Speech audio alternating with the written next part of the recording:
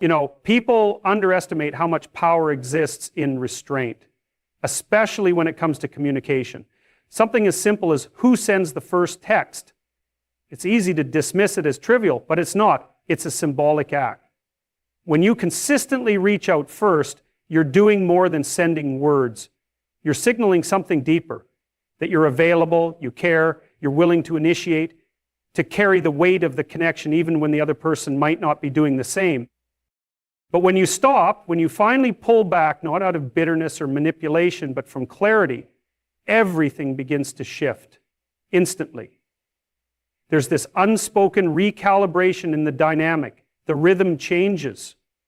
Suddenly, your absence is louder than your presence ever was. The daily or weekly text that once arrived like clockwork just doesn't. And the silence, it isn't neutral. It has weight. It carries questions. It creates unease. Because up until that moment, your consistent effort had been filling a space. Not just in her phone or in her day, but in her sense of self. Your initiation was comfort, it was validation, it was a steady reminder that someone, somewhere, saw her, thought of her, chose her, whether or not she reciprocated, whether or not she valued it consciously, it was there, it was dependable. And that dependability becomes invisible over time until it's gone. And this is the shift. When you stop texting first, you remove the scaffolding that was holding up her experience of being wanted. It's not just the message that's missing. It's what the message represented. And without that scaffolding, she has to face the raw structure of the relationship, how mutual it actually was or wasn't. She can no longer lean on the certainty of your attention. She has to confront the uncomfortable possibility that maybe, just maybe, it was always you doing the heavy lifting. Now, most people don't like that realization. So they start rationalizing. They tell themselves, you're just busy, or maybe you're playing games, or maybe you'll come back around. But deep down, a more honest voice starts whispering, maybe he stopped caring. Maybe he finally got tired of being the only one trying. And that voice, that's the one she hears in the quiet, when the phone doesn't buzz, when your name doesn't pop up, when the pattern is broken. It's often said that distance makes the heart grow fonder, but I'd argue it makes the truth grow clearer. Because what you see in the space you leave behind, how it's filled, how it's treated, tells you everything you need to know. And the same goes for her. If you stop texting first and she doesn't reach out at all, you have your answer. If she does, but it's passive, lukewarm, a breadcrumb trail instead of real connection, you still have your answer. And if she reaches out with presence, with energy, with sincerity, well then maybe it wasn't one-sided after all. But the point is, you don't know until you pull back. Mm-hmm. You don't know until you let the dynamic breathe without your constant input. And most people never get to that point because they're afraid. They're afraid that if they stop trying, the whole thing will collapse. And that fear tells you something profound. That maybe, just maybe, it wasn't strong enough to stand on its own to begin with. You see, effort should be mutual. Attention should be reciprocal. And if it's not, it becomes a performance, a slow erosion of self-worth under the mask of love or loyalty or hope. So when you stop texting first, you're not being cold, you're being honest. You're saying, if this connection matters, let it show itself. Let her take a step. Let her wonder. Let her feel the absence. And that absence will either awaken her awareness or expose her indifference. Both outcomes are gifts. One leads to a deeper connection built on mutual recognition. The other frees you from the illusion that you were in something meaningful when really you were just filling silence with effort. This is not about games, this is about truth. And the truth often emerges when we do less, not more. When we stop overextending, when we stop chasing validation under the guise of care. When we decide that our energy is valuable and we treat it that way. So the moment you stop texting first, you begin to reclaim your self-respect. You shift from pursuer to observer. And in doing so, you allow the reality of the relationship to reveal itself without distortion, without pretense. Because what's meant for you will not need to be forced. And what isn't meant for you will fall apart the moment you stop holding it together. When you stop texting first, what begins to unfold is a profound shift, not just in the dynamic between you and her, but in your own internal world. You start to feel the weight of something you hadn't quite noticed before, your own emotional overinvestment. You see, we're not usually aware of how much of ourselves we pour into someone until we stop. It's only in the silence that the echo of all that effort becomes deafening. There's a kind of sobering realization that hits when the daily ritual of checking your phone, typing a thoughtful message, and waiting for a response suddenly ceases. You begin to notice that the anxiety, the second guessing, the wondering whether she'll reply or how she'll respond wasn't just normal, it was consuming. You would become addicted in a way to the chase, to the possibility that maybe this time it would feel mutual, that maybe this time she'd mirror your interest, your depth, your consistency. But more often than not, it didn't happen. And that disappointment quietly stacked up inside of you, layer by layer, until it formed a silent resentment that you couldn't quite name. But when you pull back, when you finally stop initiating the contact, all of that surfaces. And it's uncomfortable. It forces you to confront your own patterns. You realize how often you've accepted crumbs and called it a meal, how you've made excuses for delayed replies, cold messages, or ghosting wrapped in politeness. You begin to see that what you labeled as patience was often just self-abandonment dressed up as devotion. A painful clarity, but it's a necessary one, because if you don't become aware of that imbalance, if you keep chasing, keep initiating, keep giving without receiving, you lose a part of yourself in the process. Your confidence, your self-trust, your emotional energy, they all get chipped away piece by piece. And the tragedy is, you don't even realize it's happening until you stop, until the withdrawal begins. And that withdrawal is real, because you are feeding something, some deep emotional hunger, through your actions. Maybe it was the need to be seen, to be needed, to be enough for someone who never truly chose you. And when you stop texting first, it's like cutting off a drug. You go through the motions of trying not to reach out, of resisting the urge to check her social media, to convince yourself it's okay, and it is. But it hurts, because breaking free from emotional overinvestment is not a clean process. It's messy, it's filled with doubts and second thoughts. You start to question whether you're being too harsh, too dramatic, too cold. You wonder if maybe you're ruining something that could have worked.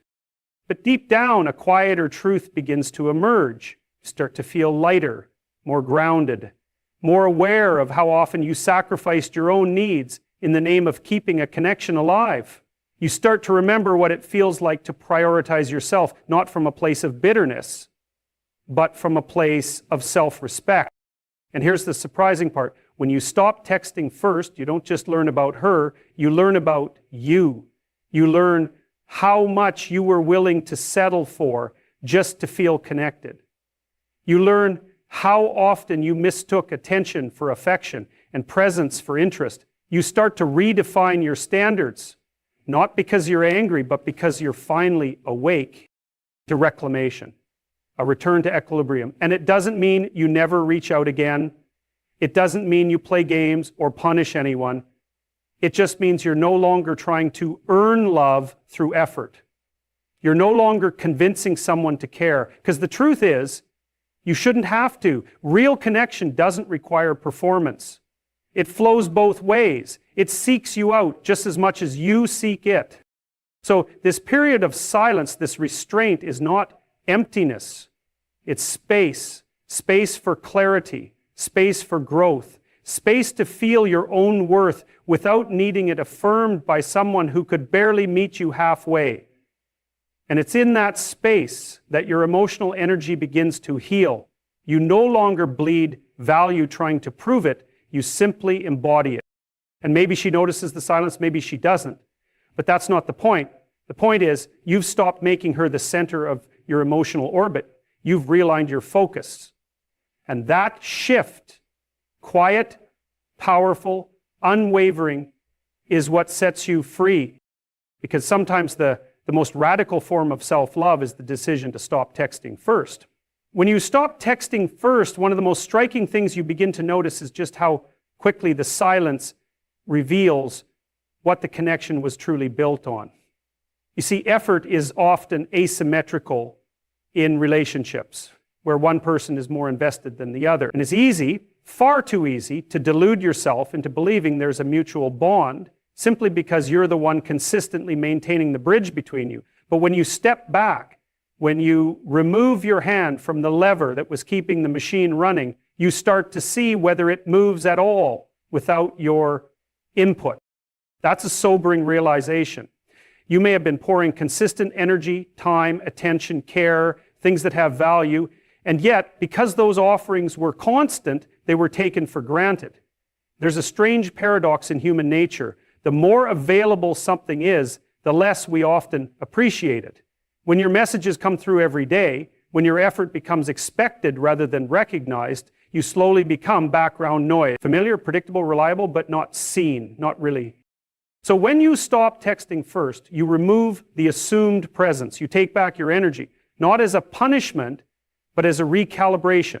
And what happens next is telling. If she values your presence, she'll notice the absence. If the connection had any real reciprocity to begin with, you'll feel a natural shift. She'll reach out. She'll make an effort. Maybe even a small one, but it'll be there. And if it doesn't come, if there's nothing but silence in return, that's your answer. It's not cruel, it's just clear. Because silence doesn't lie the way words can. This isn't about playing games, it's not about manipulation or tactics, it's about confronting reality without the illusion of constant effort propping it up. You've likely convinced yourself that if you just try hard enough, send better messages, be more patient, ask more questions, show more interest, eventually things will click.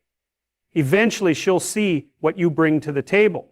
But the problem with that belief is that it assumes relationships work like a merit system. They don't.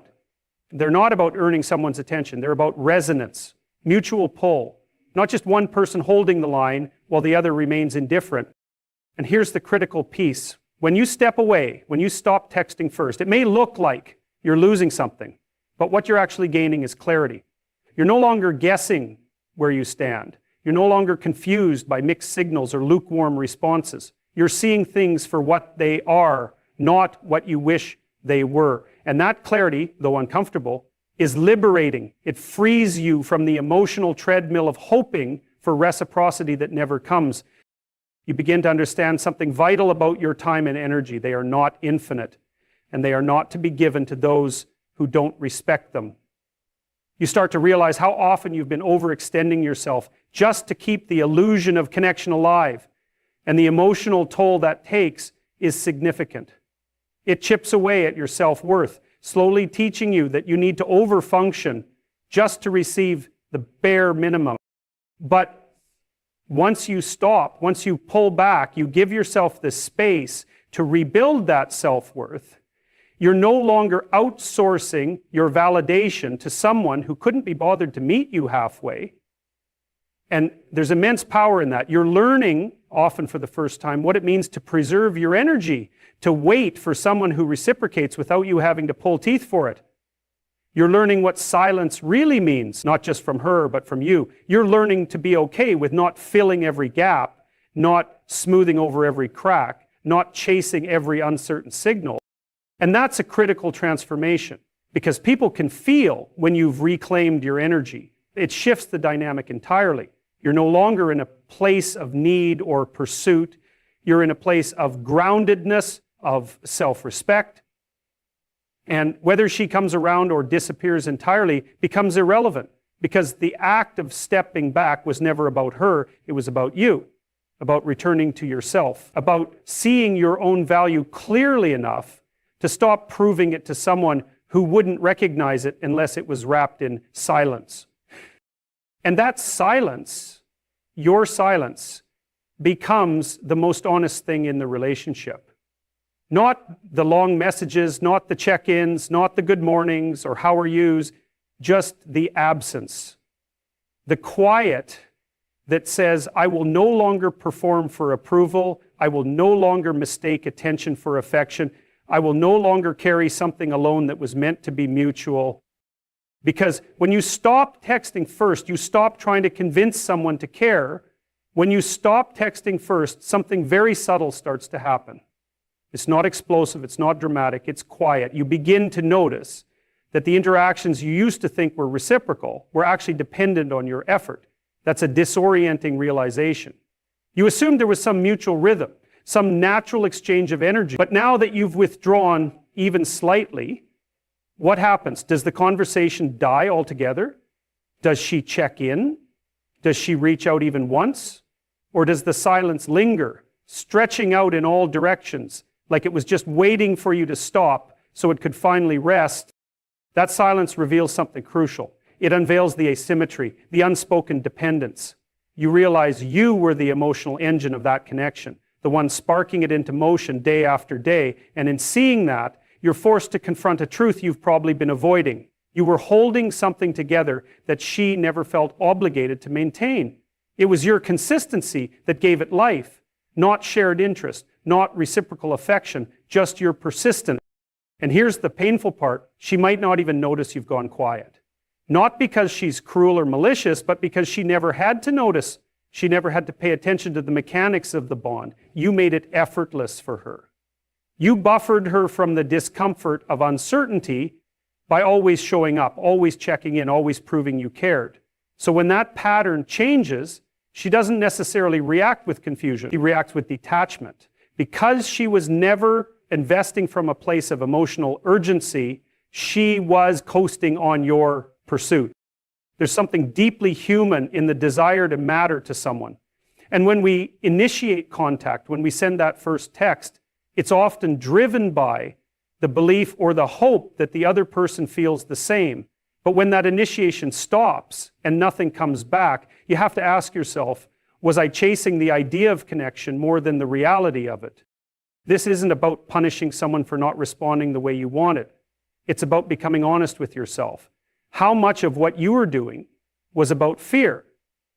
The fear that if you didn't reach out, the whole relationship would vanish. The fear that silence meant disinterest, and you weren't ready to face that. So you filled the silence before it had a chance to speak. You raced ahead of the truth. But now that you've paused, now that you've let the space exist, you can finally hear what the silence is saying. And it's not angry, it's not resentful, it's just clear.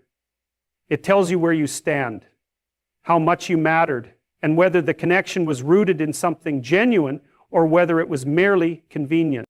And you know what else begins to emerge in that silence? Self-respect.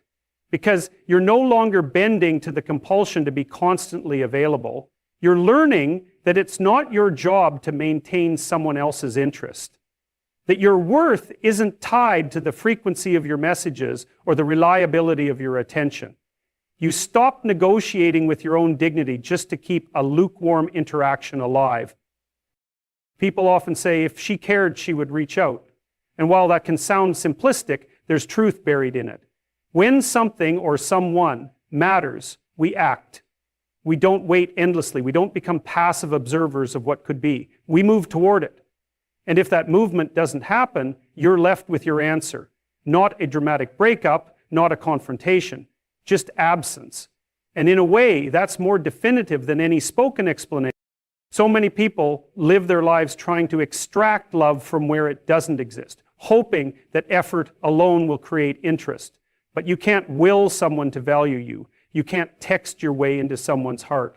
Love, real connection, has to arise from both sides, not equally all the time, but genuinely over time. And when you pull back, you're testing the foundation. You're asking the question without asking it out loud. Would this still exist if I stopped holding it up?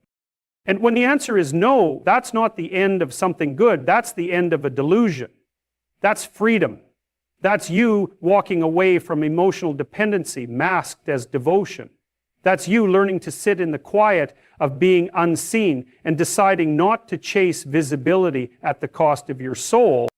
Because the moment you stop texting first and realize she won't either, you stop wondering what you did wrong, you stop negotiating your place in someone else's life, and most importantly, you start coming back to yourself. When you decide to stop being the one who always reaches out first, you open up a new kind of space in your relationships, a space that forces reflection, not just in the other person, but in yourself. It's not merely about withholding texts or pauses in communication. It's about reclaiming your own agency, your own voice in the dynamic of connection. You begin to recognize that the patterns you've been locked into weren't necessarily healthy or balanced. They were often one-sided. And sometimes that imbalance masked deeper issues about respect, commitment, and emotional availability. It's important to realize that when you cease initiating, you're sending a message far more profound than words could convey. You're saying, without saying, I am no longer willing to do all the emotional labor in this relationship.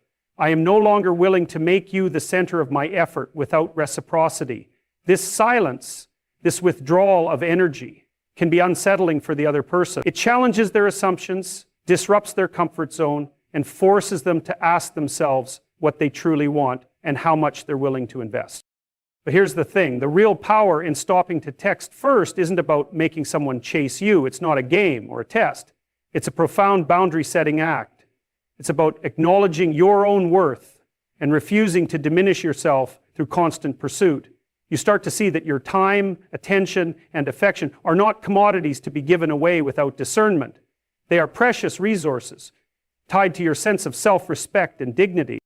When someone doesn't respond to that shift with a genuine effort to reconnect or re-engage, it's a clear reflection of where they stand. It's a mirror held up to their priorities and their willingness to meet you halfway. And that mirror, though sometimes hard to face, is a gift because it reveals who values you and who simply tolerated your presence out of convenience or habit. In many cases, people mistake persistent texting as evidence of love or interest. They believe that if they just keep showing up, keep sending messages, keep being available, eventually the other person will respond with equal intensity. But that's rarely how authentic relationships work. Real connection is mutual, with ebb and flow, yes, but always anchored in respect for each other's time and emotional energy. The act of not texting first strips away illusions. It forces clarity. It creates space where the truth can surface. And in that truth, you find freedom. Not just from unbalanced relationships, but from your own dependency on external validation. You learn to trust yourself and your judgment.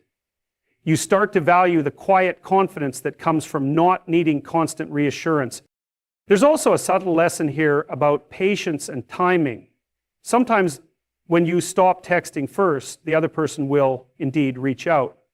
They might surprise you with their initiative, showing you that your withdrawal sparked something real inside them. And that's worth noticing, not because it validates you, but because it shows that when people care, they act. When they are invested, they step forward. However, the absence of that response is equally telling. It reveals a lack of investment that words alone could never expose. And it's crucial to understand that absence as an answer, not a problem to be fixed. It's not about trying harder or feeling inadequate. It's about recognizing that not everyone is willing or able to meet you where you are. This recognition, difficult as it may be, is empowering. It frees you from chasing shadows and allows you to redirect your energy toward relationships that are balanced, respectful, and nourishing. It encourages you to surround yourself with people who appreciate your presence and who demonstrate that appreciation through consistent action, not just empty words. In essence, stopping the initiation of contact is an act of self-preservation and self-respect. It teaches you to listen to the silence, not with fear or anxiety, but with curiosity and acceptance. It challenges the narrative that your value depends on someone else's attention, reminding you instead that your worth is intrinsic and independent. And as you learn this, you start to build a new foundation for your relationships, one rooted in mutual effort, honest communication, and authentic connection. You move away from the exhausting cycle of pursuit and uncertainty towards something steadier and more meaningful. So when you choose not to text first anymore, you're not just changing your texting habits. You're transforming your relationship with yourself and others. You're learning that respect is reciprocal, that love requires engagement from both sides, and that your own peace is non-negotiable. The silence that follows isn't the end. It's the beginning of a clearer, stronger understanding of what you deserve. And that understanding is the first step toward finding it. When you stop texting first, there's a profound shift that happens inside you, something almost intangible yet deeply significant. It's not merely about changing a pattern of communication, but about stepping into a new kind of emotional sovereignty. This moment is a quiet revolution within your own psyche. You realize that your worth isn't measured by how often you reach out or how eager you are to maintain contact. Instead, your value is rooted in the way you hold yourself, calm, composed, and unapologetically independent. This independence is not about detachment or coldness, it's about clarity. When you no longer take the initiative, you give yourself permission to observe the dynamics of your relationships without the distortion of constant action. You see more clearly who is willing to meet you halfway, who respects your boundaries, and who values your presence. The act of withholding becomes a mirror reflecting the true investment of the other party.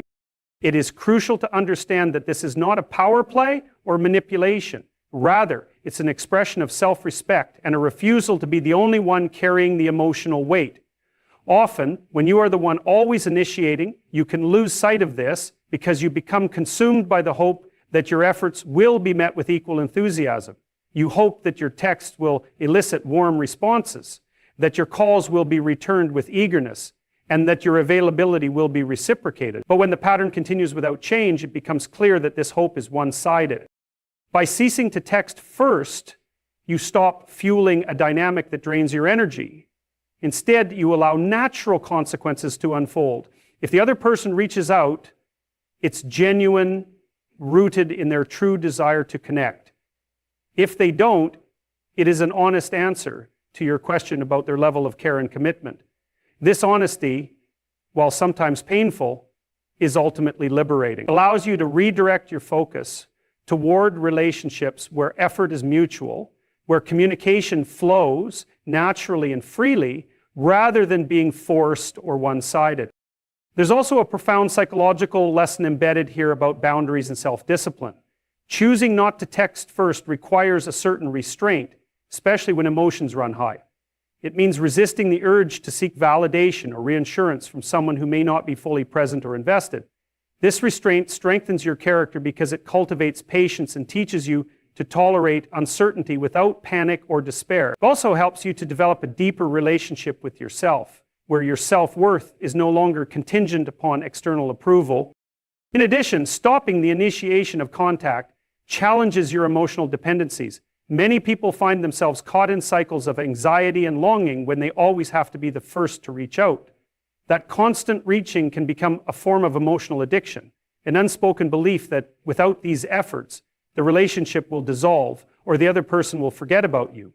By breaking this cycle, you reclaim your emotional equilibrium. You realize that your happiness and peace are not hostage to someone else's attention. This new stance fosters a healthier sense of self that is not reactive but proactive. You become more attuned to your own needs and desires rather than constantly bending to the perceived demands of others. You begin to appreciate the quality of your interactions over the quantity.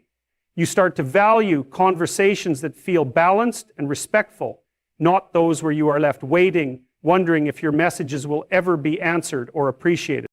Moreover, when you stop texting first, you invite the other person to reflect on their own behavior. It's a quiet prompt for them to evaluate what they want and how much effort they are willing to invest. Some will rise to the occasion, recognizing your worth and stepping up. Others will reveal their lack of commitment, making your choice to withdraw even more justified. This clarity is indispensable because it prevents you from wasting time and energy on connections that are fundamentally unbalanced.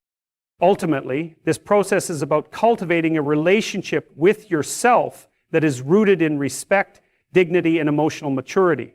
It's about learning to trust your judgment and honoring your own standards. It's about understanding that you deserve relationships where your presence is cherished, not tolerated, where your efforts are matched, not ignored. This is not a retreat into isolation or indifference. On the contrary, it's an advance toward authentic connection, one that requires courage to let go of what no longer serves you and faith that what truly matters will remain or come to you naturally. It's a practice of discerning presence, where you no longer chase, but instead invite. You create space for people to show up of their own volition, revealing their genuine intentions. In this way, stopping to text first becomes a declaration of your worth and a commitment to healthier relational dynamics. It is a statement that your time and energy are not to be squandered, but invested wisely. It's the beginning of a new chapter where your interactions are characterized by mutual respect and genuine care. So when you choose not to text first, understand that you are not simply altering a communication habit. You are transforming your relationship with yourself and others. You are stepping into a more empowered version of who you are, one who honors their own value and attracts the respect they deserve. And that is the foundation upon which all meaningful relationships must be built.